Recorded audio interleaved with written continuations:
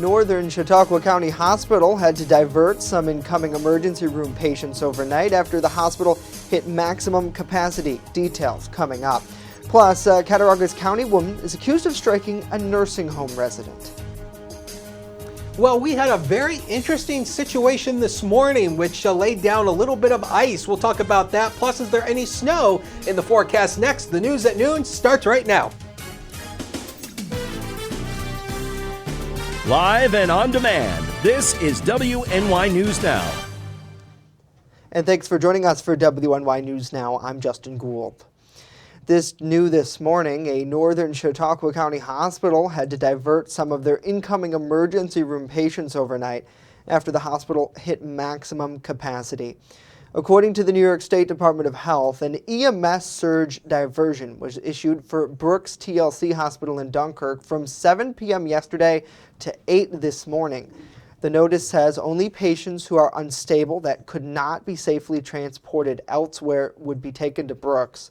A surge diversion does not mean the hospital emergency room is closed, but rather the current patient load exceeds the hospital's ability to treat additional patients promptly.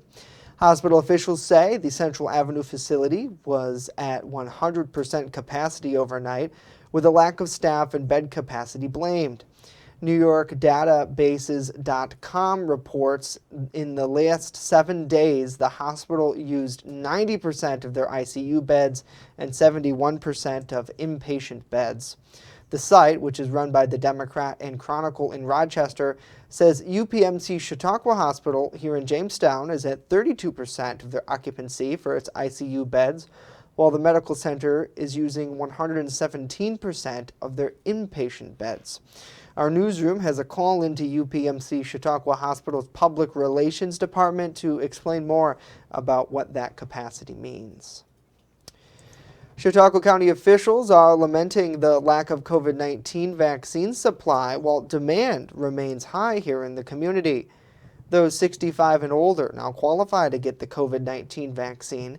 This after New York State leaders updated their guidelines to follow new Centers for Disease Control and Prevention recommendations. According to the CDC, people 65 and older should get the vaccine, as well as those who are immunocompromised. However, leaders with the county's COVID-19 response team say demand outpaces supply, and they're urging community residents to remain patient, adding that as soon as the county receives more vaccine, more points of dispensing will be announced. Chautauqua County Executive P.J. Wendel will be joining us a little bit later on live to talk more about vaccine distribution here in the county. A 60-year-old woman is facing charges after allegedly striking a resident at a Cattaraugus County nursing home. The Cattaraugus County Sheriff's Office says Cecla Hellman of Arcade is charged with endangering the welfare of an incompetent or physically disabled person. Deputies say the incident was reported last week at the Pines Nursing Home in Machias.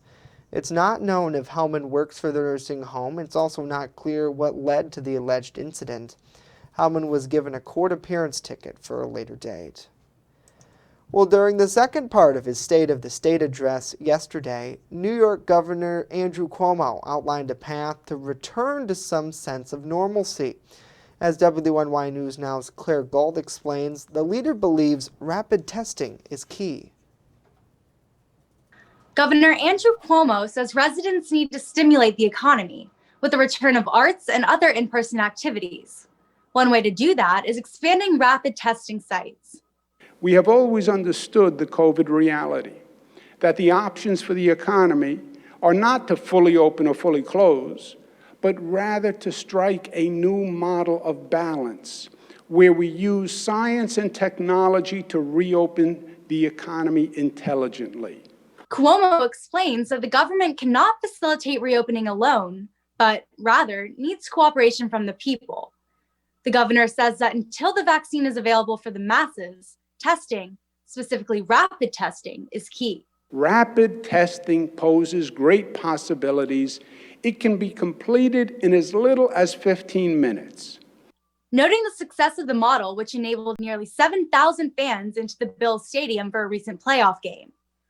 Cuomo wants rapid testing to take place before residents, for example, patronize a business or engage in a social activity. We will open hundreds of these new pop-up rapid testing sites statewide to bring this effort to scale. In an effort to preserve the arts community, the governor announced New York State is launching the New York Arts Revival, a public-private partnership to bring back the arts. And with so many people working and learning remotely, he says internet affordability will be a priority. The governor proposed a first-in-the-nation mandate that internet service providers recognize their public responsibility and offer $15 per month high-speed internet service to all low-income households. Claire Galt, WNY News Now. Claire, thank you. Today, the governor is expected to continue his third State of the State presentation, focusing on green energy. Well, we thank you for joining us for WNY News Now as we make our way through the first half of the week here. Let's check in with the comments and say hello to Jones. Good to see Carrie. Good to see Teresa, Lisa, Michael, Jamie, and TR as well. Great to see Joseph, Wendy, and Lori watching every day. We appreciate you all for tuning in. Let's now get a check of our first defense weather forecast. Chief Forecaster Dakota Hunter is standing by with that. Hey, Dakota.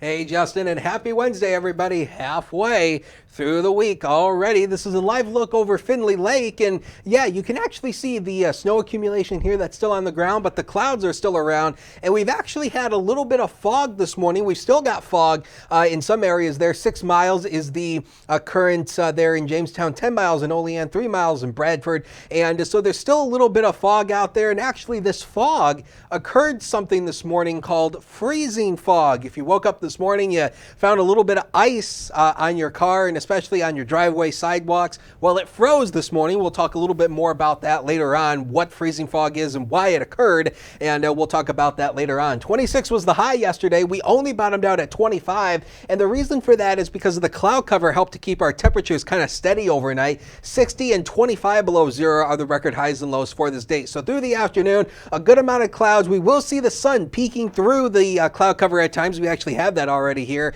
in downtown Jamestown. The sun trying to peek through a bit milder, 33 to 39, and it's going to be mainly dry for today and tomorrow. Then we get into some rain and snow on Friday, then maybe some scattered lake flakes could be on the way for the weekend. We'll talk about it in a few. Justin. All right, Dakota, thank you. Congressman Tom Reed and other Republicans introduced a concurrent resolution yesterday to censure President Donald Trump for allegedly attempting to unlawfully overturn the 2020 presidential election and for violating his oath of office.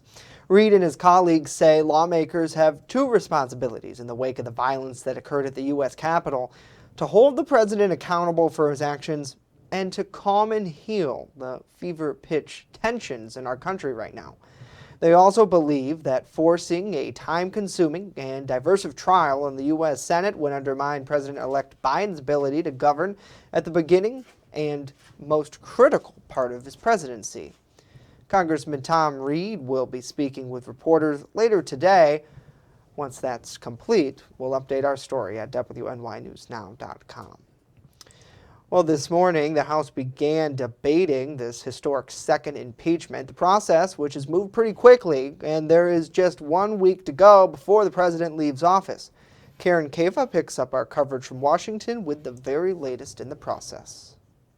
An historic day is already underway on Capitol Hill, where the House, by the end of the day, will vote on a second impeachment of President Trump. The Democratic Rules Committee Chairman, Jim McGovern of Massachusetts, opened the day by saying that the process Congress is undertaking today is one that shows to the rest of the world that democracy here in the United States still persists. And while some Republicans have pushed back against the timing and the speed of the process, some Republicans will actually vote with their Democratic colleagues today. After today, President Donald Trump could stand as the first president in U.S. history impeached twice. I hope that people perceive this not as a partisan act, but as an act of principle. On Tuesday, the House passed a resolution calling on Vice President Mike Pence to invoke the 25th Amendment to remove Trump from office. But Pence, in a letter to House Speaker Nancy Pelosi, said he does not believe that such a course of action is in the best interest of our nation or consistent with our Constitution. So House Democrats will move toward a vote today on one article of impeachment against Trump, incitement of insurrection over last Wednesday's deadly Capitol attack. Trump has denied responsibility for the riot and, traveling to Alamo, Texas, near the U.S.-Mexico border Tuesday, leaned on a familiar refrain. The impeachment hoax is a continuation of the greatest and most vicious witch hunt in the history of our country and is causing tremendous anger and division and pain. Multiple House Republicans think otherwise. To allow the President of the United States to incite this attack without consequences is a direct threat to the future of this democracy. For this reason, I will vote to impeach this president tomorrow. After staying in lockstep during the first impeachment vote in 2019, Republican sources indicate to CNN 10 to 20 lawmakers from the president's own party could vote against him this time. And here is a live look at what is happening on the House floor right now. They are taking a procedural vote, the first of multiple that will take place today in the lead up to that final vote on the impeachment resolution, which charges President Trump with incitement of an insurrection. Again, there is expected to be maybe 10 to 20 Republicans who vote with Democrats on this resolution. Certainly a different approach that the Republican Party is taking to this impeachment than they did the last. They have been told to vote with their conscience, something echoed by the number 3 Republican in the House, Liz Cheney, a member of the Republican leadership in the House, who said in a statement last night she will vote for impeachment. Live in Washington this morning, I'm Karen Kafa. Now back to you. Karen, thank you. Next, Chief Forecaster Dakota Hunter says we should see the 4-letter word this weekend. He'll have more coming up. But first, Chautauqua County Executive PJ Wendel joins us live to talk about the COVID-19 vaccine rollout here locally and an increase in hospitalizations as well.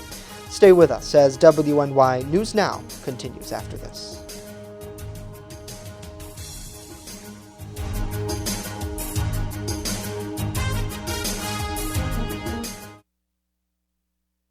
You're watching WNY News Now, your source for breaking news.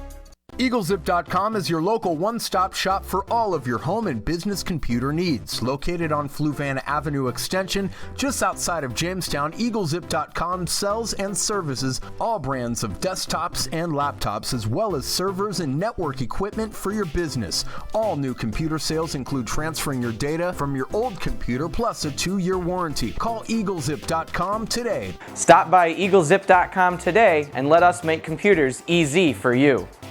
I'm a survivor. I'm a survivor. I'm a survivor. Testicular cancer is the leading form of cancer in men aged 15 to 35. 1 in 250 men will be diagnosed with testicular cancer. But 98% will survive if detected early. As a survivor, I believe early detection is the key. Learn how to do a testicular self-exam and other important facts about testicular cancer at oneball4tc.com. Want weather now? Download the WNY News Now mobile app and stay up to date on severe weather alerts. Plus, anytime hazardous weather strikes, stick with the Southern Tier's only 24/7 streaming network that keeps you safe. You're all in a tornado warning, so now is the time to go to a safe place, small room, lowest floor, near the center, away from windows. What are you waiting for? Download the WNY News Now mobile app today. It's free in the Apple App Store and Google Play Store. With coverage that matters, this is WNY News Now. And welcome back to WNY News Now. Just this morning, we learned that Brooks TLC Hospital in Dunkirk was under an EMS surge diversion overnight after the hospital hit their capacity. Joining us on the program to talk more about that and the COVID-19 vaccine here locally is Chautauqua County Executive PJ Wendel. Sir, thank you for your time today. First of all, can you explain to us what that actually means for residents here in the county who might be needing medical treatment at that hospital? Well, one of the things people need to realize is that there is a plan in place and that at no time should anybody feel unsafe or feel threatened that they would not get emergency medical care. What happened yesterday was a surge divergence. It was not due to the occupancy of the hospital itself. It was due to the number of cases in the emergency department. This is a system that's been set up since we began our COVID crisis. It worked flawlessly. The plan, the system, we were notified yesterday that they were close. Last night, the information came out. Emergency Services Director John Griffith emailed me, told me, or texted me, excuse me, and called, said that this was happening. And we followed it, and the residents of Chautauqua County were as safe as they've ever been. Any critical situations would continue to go to Brooks, but it was any other non-life threatening would be diverted to other hospitals. We have Buffalo South Mercy, Westfield Hospital, and also UPMC Chautauqua. So we did talk with all 3 hospitals this morning. They are all back to normal status. Westfield did pick up a few extra cases as overflow from Brooks, but want the residents to rest assured the system was in place. It worked flawlessly, and the residents of our county were in the best hands as always. So how did we get to this point where you did have to send ambulances for, I don't want to say non-emergent calls, but, kind of triage whether they needed an absolute immediate medical assistance or they could go to a ride to a different hospital somewhere else? Was that because of an increase in COVID patients going into that emergency department? I'm not sure if it had anything to do with COVID patients specifically. Okay. A lot of it has to do with the staffing that's available in our hospitals. Remember, our frontline workers have been working around the clock since this began in March. One of the problems we're seeing at hospitals across the state, the region, and the nation are shortages of those individuals that are able to work. And, exactly what we were told the beds were available last night. It was just the staffing was limited, and we were not able to. At that point, they had some, the diversion was there, and this isn't anything that's COVID specific. Should this arise at any hospital any time during the year, for example, UPMC Chautauqua gets, could happen 2 large car accidents with multiple victims. They could be diverting people away, from UPMC Chautauqua. So this is a plan that's been in place for quite a while. The cases were not COVID related. It just was, they met the threshold last night to divert patients, and the plan was implemented as it has been in the past. Yeah, certainly. And I think when you look at these true American heroes, these frontline healthcare workers who really have been in the thick of things for almost a year now, when you think about how long this pandemic has been ongoing, and it's as you mentioned, just not COVID-19, but there are other people still having heart attacks. People are still in car accidents, and now you have to take those extra precautions and have people who come in contact with COVID-19 in a general setting, and to the point where one of the big concerns that we had when we shut down originally was because we didn't want to overwhelm those hospital systems.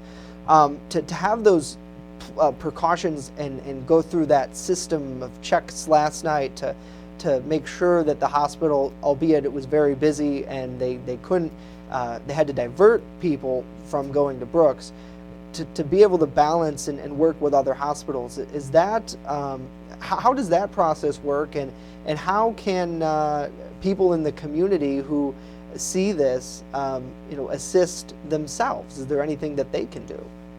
Well, there really isn't anything they could do, and I think one of the things that people have to realize is how many people knew last night that there was a diverting plan in place, and the residents of this county have been under the best medical care from the very beginning, and will continue to be. Having spent 32 years in the EMS service and fire service here in the county, these are plans that have been established long before I came into office and before I became a firefighter and an EMT. So the system is working. I really don't say there's anything people can do. People are in need of medical treatment, and they need to, seek that medical treatment. So, it's the first time in our COVID crisis that we had this issue, and again, it worked well. And again, I want people to remain calm. The system worked. There wasn't any critical patients that had to be diverted. There was no question as to anybody's safety. The plan worked as it always has. And, again, when most people woke up, unless they saw it on the news or heard a report, nobody knew anything had happened throughout the night. And that's the best thing. It's not a matter of keeping anything, but it's a matter of the system working and keeping the system working. So nobody really knows, that there's any stress. people got to hospitals and, people got the care they needed. Yeah. And yesterday, switching gears here a little bit, New York State moved the COVID-19 vaccination availability to those 65 and older. At this point, do you know if those 65 and older will be able to be vaccinated here in Chautauqua County soon? Certainly.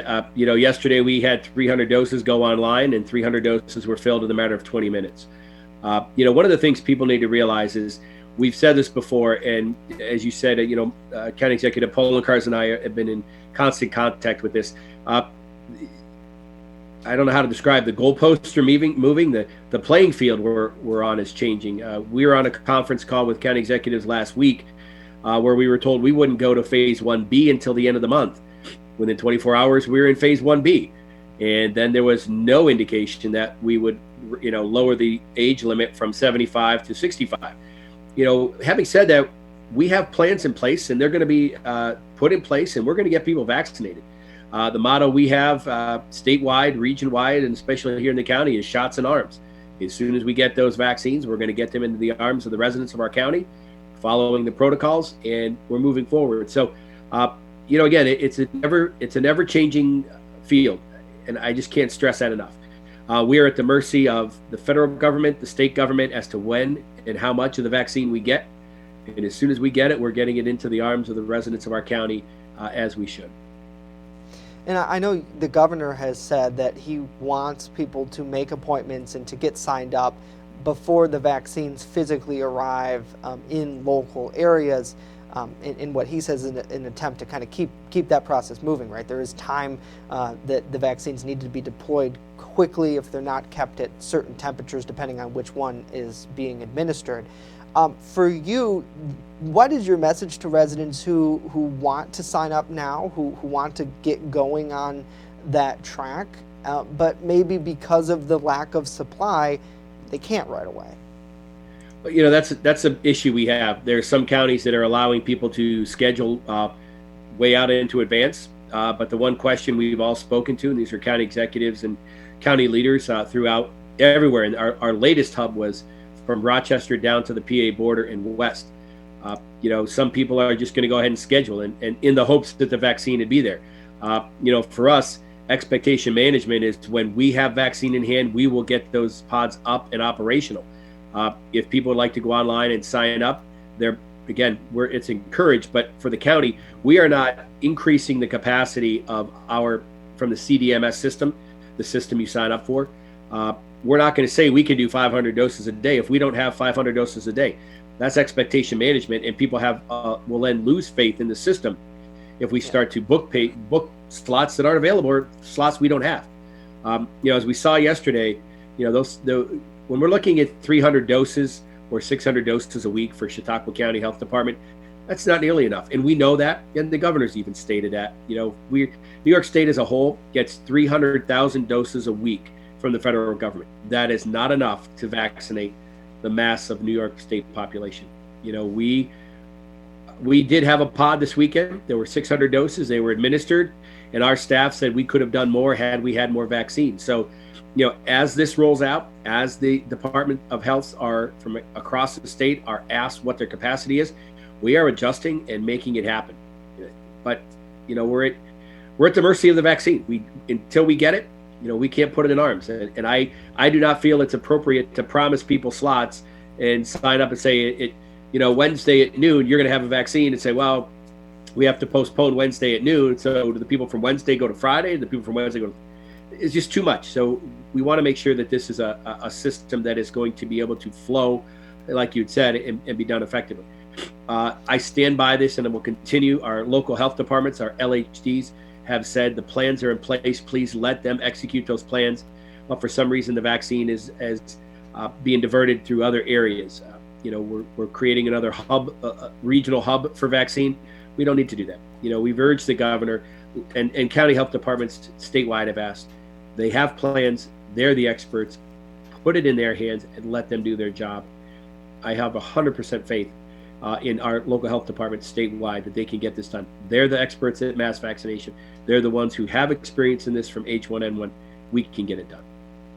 So should people go to that state vaccination website and sign up now if they are interested, and then that information would be directed to Chautauqua County, and once you are able to put on those vaccination clinics, so to speak, then those folks will be contacted? Yes, and how that's going to work, we're not sure. That's a state system. And then, Christine Schuyler, that's their bread and butter. They understand that system in and out. That's what they work with. So I can't comment on that because I'm not an expert in that field. She is. But I spoke this morning at our COVID team meeting. That's a system that works well. They know how to navigate it. They know how to increase capacity. They know how to handle that system in that situation. So I put it in their hands and urge the residents, really, our county is well equipped to do this. Put your faith in our county and we will get the job done. We've told people, please don't get frustrated. The state sends people around to the county website or the county call center. Erie County's asked them to take their 1-800 number off the list. We've asked the same. Residents are calling a number, then they wait on hold. I was told for up to 6 hours. We don't have anybody that's able to control that. That's coming from the state. The best way is to log into that state website, sign up for the time slot as they become available, and that system is what we will continue to use. Yeah. All right. Chautauqua County Executive P.J. Wendel joining us today. Sir, thank you very much for your time. We really appreciate it. Oh, thank you so much for Justin. Everything you guys are doing, it's great. Getting the news out is really important. As we said earlier, it changes by the minute. So keeping our residents apprised of what's happening is crucial. Absolutely. All right, well, now let's get a check of our weather.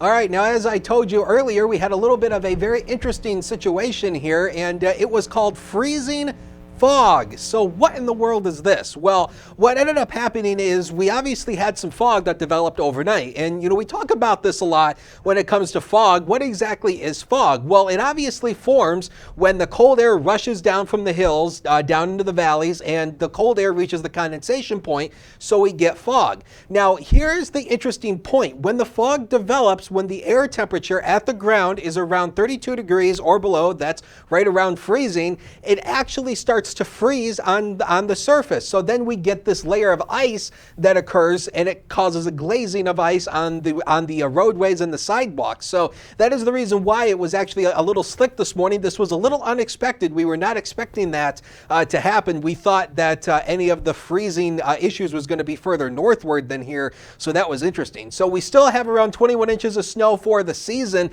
And when we compare it to the last 6 years, yeah, this is a snow drought here. Look at the winter of 2017-18, snow at this date, not for the season, but as we run, was 65.1 inches. So we're still running well below average right now. 29 degrees is our current temperature at the airport, and the camera is working. It's just frozen over. We have a little bit of ice, and you can see the visibility down to 6 miles there. Now, the next thing that we're going to keep an eye on, this is something we've been talking about throughout the week here, or the last week or so, is a big upper trough is likely going to come in. Now, this is not going to be a one day. This is not going to be like a 1 month kind of thing, but it's going to be waves of cold air coming in, and that's going to equate out to colder temperatures, likely highs in the 20s, maybe some teens with maybe some snow. That's going to be coming our way later in the month. The AFC divisional game, Bills versus Ravens, it's at home, 34 degrees on Saturday night to around freezing. An overall nice night for some football.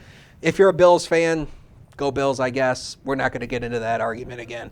The zone forecast, Justin is laughing over there. Come on, Dakota. Yeah, I know. Zone forecast here, they're like wrapping me up here. But zone forecast here, upper 30s will likely do it today, but the sun will be poking out at times. The next 7 days of your life should be coming up right now. Here it comes, brought to you by 42 degrees and sunny. 38 tomorrow, 43 on Friday, a mix of rain and snow showers. A bit milder. Some lake effect snow could be likely on Saturday, 32, and we keep a chance for a few scattered snowflakes in the forecast through much of early next week. Justin? Oh, go Bills, go Bills. No. Dakota is ruining it, but thank you, sir. Well, that's going to do it for us today. Of course, news continues 24/7 at WNYNewsNow.com. We remind you, when you're on the go, you can stay in the know by downloading our mobile app. Just search WNY News Now in the Apple App Store and Google Play Store. Have a great day. We're back tomorrow, right here at noon.